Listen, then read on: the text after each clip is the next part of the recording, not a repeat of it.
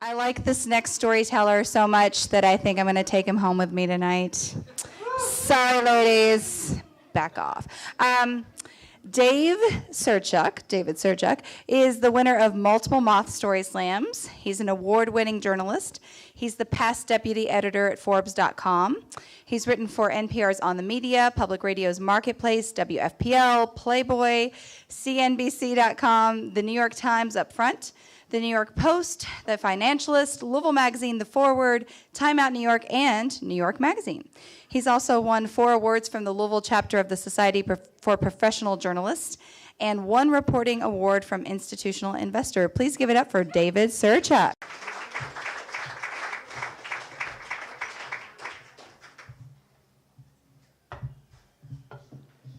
Yeah, and yet despite that, I've been fired like a fuckload of times. It's true. Anyway, so it was shaping up to be an amazing summer, almost like a biblically amazing summer. I was a camp counselor in a New Jersey YMHA camp, which stands for Young Men's Hebrew Association. It was a Jewish... All right, the tribe is in the house. All right. Raise the roof of the tribe. It's Friday. We should all be in temple. And... Sorry, synagogue. Yeah, Young Men Hebrew Association camp is called Camp Cedar Lake. It was in Milford, Pennsylvania. I was the counselor in the first session for my division was called Judah. And I was in Judah Bunk 8. And I had an amazing first month. My co-counselor was one of my best friends. His name was Gary Moskoff. And I loved the kids. They were 12 years old, and we got along famously. Like, we respected each other. I'd set limits and made terms in the beginning, and they respected them. And we were able to have a lot of fun with one another. So much so that the last night of the session, Gary and I did something really awesome. We took all the sleeping bags and we laid them out on the floor, and we had a camp out in the bunk. We took all the candy and snacks we'd confiscated the first day, and we gave it all back to the kids, and we told ghost stories, and we levitated. You ever do that levitation, light as a feather? It's like such a camp thing, right? We even gave out like little fun awards to everybody, and they loved it, and they told me so. So I was riding pretty high as we went into the second session, the second month, when my division head, Mark, came up to me, and he said to me, Dave, they need you in Masada. Yeah, all the divisions were named after Jewish stuff from the Old Testament, including Masada, where everyone committed suicide, by the way. And he presented it like it was a promotion, like I was getting bumped up to the big leagues because the Masada kids were 14 and 15 years old, but it had no additional pay, and it was an offer I couldn't refuse lest I had to leave. So I grudgingly said yes. I was going to miss my kids, but I was trying to be excited for this new opportunity. Now, it wasn't exactly 40 days and 40 nights, but it was more like 40 minutes and 40 seconds that I schlepped across camp with all my gear and settled in with my new tribe. I was 19 years old. It was 1991, or as the Hebrew folks say, the year 5751. Now, right away, I could tell that they were deeply missing their prior counselor. It was a guy named Mike who'd left at the end of the month to go back home or whatever. And I'd see Mike around camp, and he was almost like the platonic ideal of what you think like a summer camp counselor should be. He was like a big, muscular guy, always smiling and happy, with like kids hanging on him like King Kong and circling around him like satellites. He's like wrestling them, and they're laughing. He's throwing them around. They're having a great time. And I walk in, and they look at me with a stony silence and judgment. And I'd had a good first month, but I was a stranger to them. All their norms and customs were new to me. And right away, I could get the sense they deeply missed Mike. In fact, one kid came up to me, and his name was Don. He was very quiet. He goes, Dave? I said, yeah. He goes, the only reason I stayed for a second month was because I thought Mike was going to be here. And I said, I'm really sorry, Don. Mike is gone. He goes, can you get him back? I said, I think that train sailed. And he was dejected, and he walked across the room. Now, it takes a couple of days for kids to kind of show their true colors. Everyone has to relax into who they are, for better or for worse. And most of the kids were with me. They were maybe okay with giving me at least a little bit of a chance, but 2 kids I could tell right away were going to be fucking trouble. And the first one was a kid named Joshua. I'm not using any real names, because, they were kids. And Joshua was like your classic clown troublemaker. He was bigger than I was. He was 14. He was already bigger than I was. And he was shaving, and he was like the Tasmanian devil. He's completely defiant and oppositional all the time. And like if you ask him to do something, he's like, nah! And he'd like bounce off the wall. He's always like laughing in your face and doing everything he could to disobey me. And by the way, that never changed.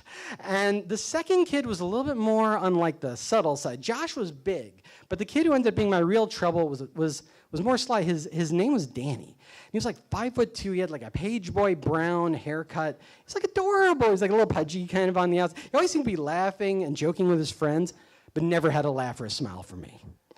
And he almost seemed to have like radiating kind of like a bitterness toward me right from the get-go. Now, what you have to do a lot of the time as a counselor is just shuffle kids around, get them to do stuff. So you always have to get them to line up to move from point A to point B because you want to make sure they're not in the woods, like doing drugs or getting to second base or getting eaten by a bear or any of that stuff that they'd rather be doing than being in camp. And so with the 12-year-olds, this wasn't a problem. I would try to get them to line up, and if they gave me any resistance, I'd get like a stern tone, like line up. And then they'd be like, ah! They'd shit their pants and they'd line up, And if there's any real trouble, I'd bring them to the division head, my boss. He'd scare the crap out of them, and then they'd be good for like 3 days. But with the older kids, they're more resistant to me right from the start. And so I'd say, line up, everybody in the division's lining up. And eventually, after I'd get angry and angry, the kids would filter out, but not Danny. Danny would sit there kind of bitterly sitting down, shooting me daggers in his eyes the whole time, not saying a word. Be like, and I was getting mad because this was starting to make me look at him and be like, Danny, we gotta go. And he'd just kind of sit there, just staring at me and go, I'd be like, Danny, we really got, and then I'd be like, Danny, we gotta fucking go. Like I would curse in front of the kids. That's how camp is different than school. And then only finally would he kind of grudgingly get up and kind of saunter over to the line, kind of looking at me like, I beat you. Now, here's the thing about Danny. He was also kind of like a genius. He was a 14-year-old mean girl, but he was a mean boy. And he was a mean boy to me. And the way the mean boys and mean girls, if you've ever been around a 14-year-old who knows how to like get at you, what they do is like you'll say something and they'll be behind your back just like laughing. Got any teachers in the room? Anybody familiar with this? With 14-year-olds laughing behind your back? And I could always get the feeling Danny was laughing at me, but I couldn't, like he would cover his tracks. I couldn't prove it. And then he'd be laughing and pointing like, eh, and I was just getting so mad at this kid. And I had no proactive game for how to like deal with this troubled teen. And I kept trying to, eventually I would yell, I would scream, I'd try to be nice. That wouldn't work either. And we couldn't line up. We couldn't do anything. Like chaos was breaking down. And eventually, usually Danny was laughing with Joshua because Joshua was a great sidekick. But then I started seeing, to my horror, other kids were coming under Danny's sway. And I'd hear somebody laughing at me, and I'd turn around, and it'd be Danny with a few other kids. They'd be like pointing at me. Oh, gang. Dave. And I would get them so mad that I would, like, fuck. And I was getting played. And I would send them, eventually I had to send both Danny and Josh to my boss, my new DH, Steve. And I had to do this a few times, and I expected Steve to put the fear of God into these kids. But that's not ever what happened. They were almost unpunishable. Like they would come back and be just as recalcitrant as ever. I'd make them miss stuff. They didn't mind. They would just sit there kind of angry at me. And Steve one day called me into his office. This is 1991. The 80s hadn't ended yet. And Steve looked like the Jewish version of Oates. He had like a Jufro mullet, and he had like a Jufro mustache, if you can imagine that, and like polarized glasses. And he starts talking to me. He's a school teacher, and he sees me getting upset with the kids and getting angry. I'm sending them to him. And he goes to me, so Dave, what I'm saying to you, I've been a teacher for 20 years, and I don't yell at the kids anymore. I don't have to yell at the kids anymore. I see you're getting angry, you're yelling at the kids, it's not working. You're sending them to me, I don't want you to send them to me. So you have to figure out a way to get them under control. And that was his advice to me, like leave them the fuck alone and quit like harping on my kids. Now, I finally got an insight into a little bit into what was going on with these guys at Visitors Day, and the parents came up. The first one I saw was Joshua's dad. He was like a bearded, kind of gentle-looking fellow, like the polar opposite of his kid. He was like a mountain. He looked like Ben and Jerry kind of at the same time, like you combine them into one dude. And he comes up to me and goes, so David, how's it going with Joshua? And I wanted to find any sort of euphemism so he didn't think I thought his kid was totally just batshit crazy, because this was his son. So it's like, well, Josh is very energetic. The other children seem to think he's very funny. He's got a lot of spirit. And he goes, it's okay. I know what's going on. So, David, Joshua was being very difficult in class. He was being very rambunctious. We had him tested a little while ago for something called, and this was new at the time, attention deficit hyperactivity disorder. And he tested off the charts for everything. I said, makes sense. And he goes, as an answer to that, so he could stay in school, they prescribed something called Ritalin for him. I had never heard of Ritalin yet. It was so new. He goes, we gave him Ritalin. And but what he said to me was, he goes, Dad, I don't really like the Ritalin. It makes my brain dull. So we took him off it for the summertime. And then he walked away like he'd given me the keys to the fucking kingdom. And I was like, thank you, sir. And I saw Danny's mom. And that was it. Now, a couple of days later, one of the kids comes up to me, and he says to me, now, Dave, you know that Danny's father, he died right before camp, right? You know that, right? No, I didn't know that. Nobody told me, and I'd never asked. Now, we're at archery. And it's at the bottom of a big hill. And I see halfway up the hill a little figure, sobbing. And I know it's Danny. And the archery teacher didn't know he was gone, by the way. And I walk, he's on a railroad tie step. And I walk up to him, and he'd been angering me, he'd been frustrating me. But right then, with this little boy crying, I realized he needed me. He needed me to be his friend. I was the male authority role model. There ain't nobody else. Let bygones be bygones. I am there for this kid. And I sit down and I go, hey, Danny, how's it going, man? I even put my hand on his shoulder. And he looks up to me like from his snot and tear-stained arm. And he kind of looks at me with like hurt eyes, like he can't believe he's talking to me. And he starts telling me what's going on. About his father, how he died, how they were best friends. He didn't even want to be in camp that summer, but his mother made him go. How he wasn't happy, and how he just wanted to go home, and Mike left too. And I started to relate to the kid. My parents divorced when I was very young. My dad wasn't around much. And I start to say to him, Danny, I don't know what it's like to have a dead parent, but I know what it's like to have a parent who's not there. Let me be your friend. You can always come to me.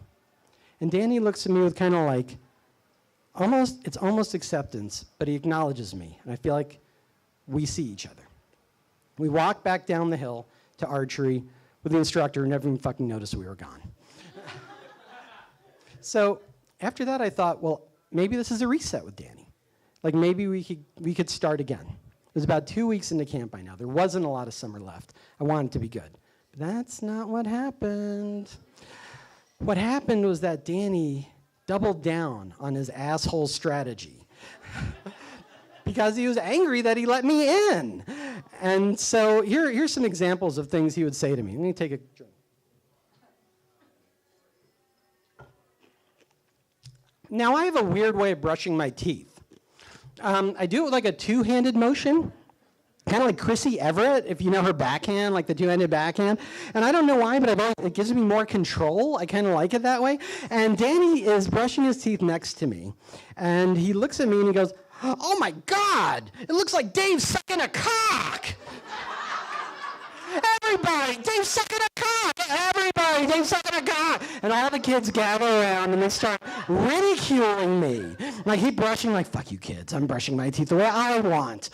And but I'm hurt, you know. And then another time, I'm about to go out for a night out on the town with my friends, and I'm wearing this actual jacket. And this shirt, by the way, David Bowie, 1987. But the pièce de résistance is my necklace. I'd won it at the Orange County Fair a week before. There's a Native American tribe there, and they did something called the turtle dance, where there's a feather on the ground, and you have to kind of dance around and pick it up with your teeth. I was called from the audience as a volunteer, and believe it or not, I fucking did it. I could bend down and pick up the feather with my teeth, and the prize reward was this really elaborate necklace. It was like white with a huge ball at the bottom, and I was kind of a hippie back then, so I was like, all right.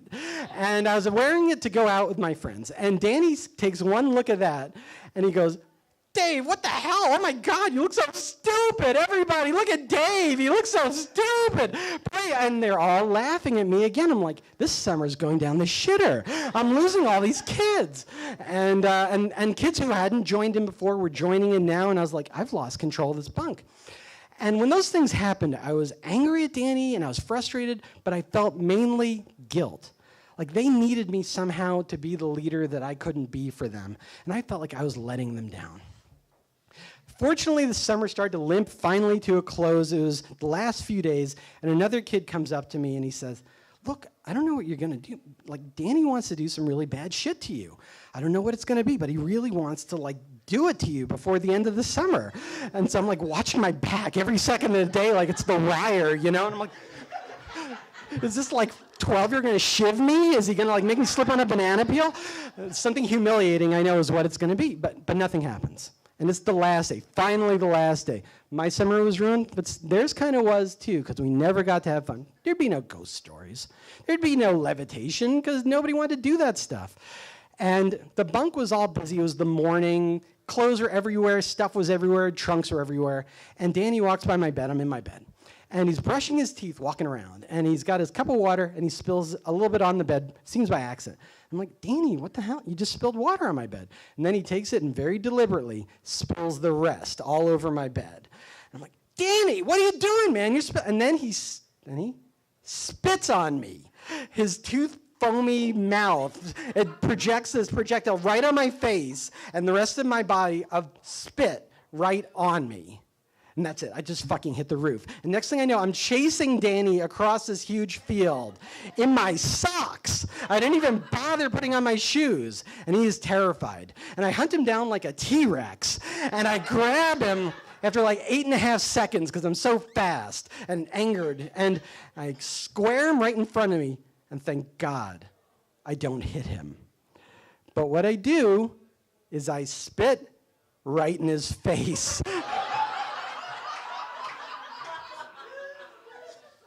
And then he spits in my face again, because he's like scrappy. And then I'm spitting in his face. We're spitting on each other's faces. It's like, and then I spit it, I push him off me. And then he runs away screaming and crying. And he tells on me to the director of the camp. And his name is Alex, and he's from South Africa, and he's a big muscular badass. He used to run Waterfront. I know this because I was a camper when he was doing that. And he comes up to me and he goes, Dave, what are you doing? I know this isn't a South African accent, but I'm trying. Dave, what are you doing? And I try to explain myself. He goes, it should have never come to this. When Danny spit it on your face, you should have come to me, and then we could have handled it with them. But as it is right now, Dave, this is a fireable offense.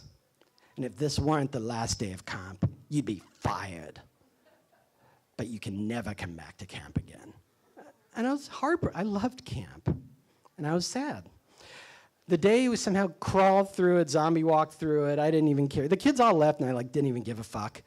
And then and only then did I find out why Alex in his wisdom didn't actually fire me. I walked back to the bunk after everybody was gone, and it was a total, complete shambles. Clothes everywhere, things, paper torn everywhere. I'd supposed to have gotten the kids to clean it up, but I just couldn't quite get them to do it. And it was my final responsibility to clean the bunk. Thank you.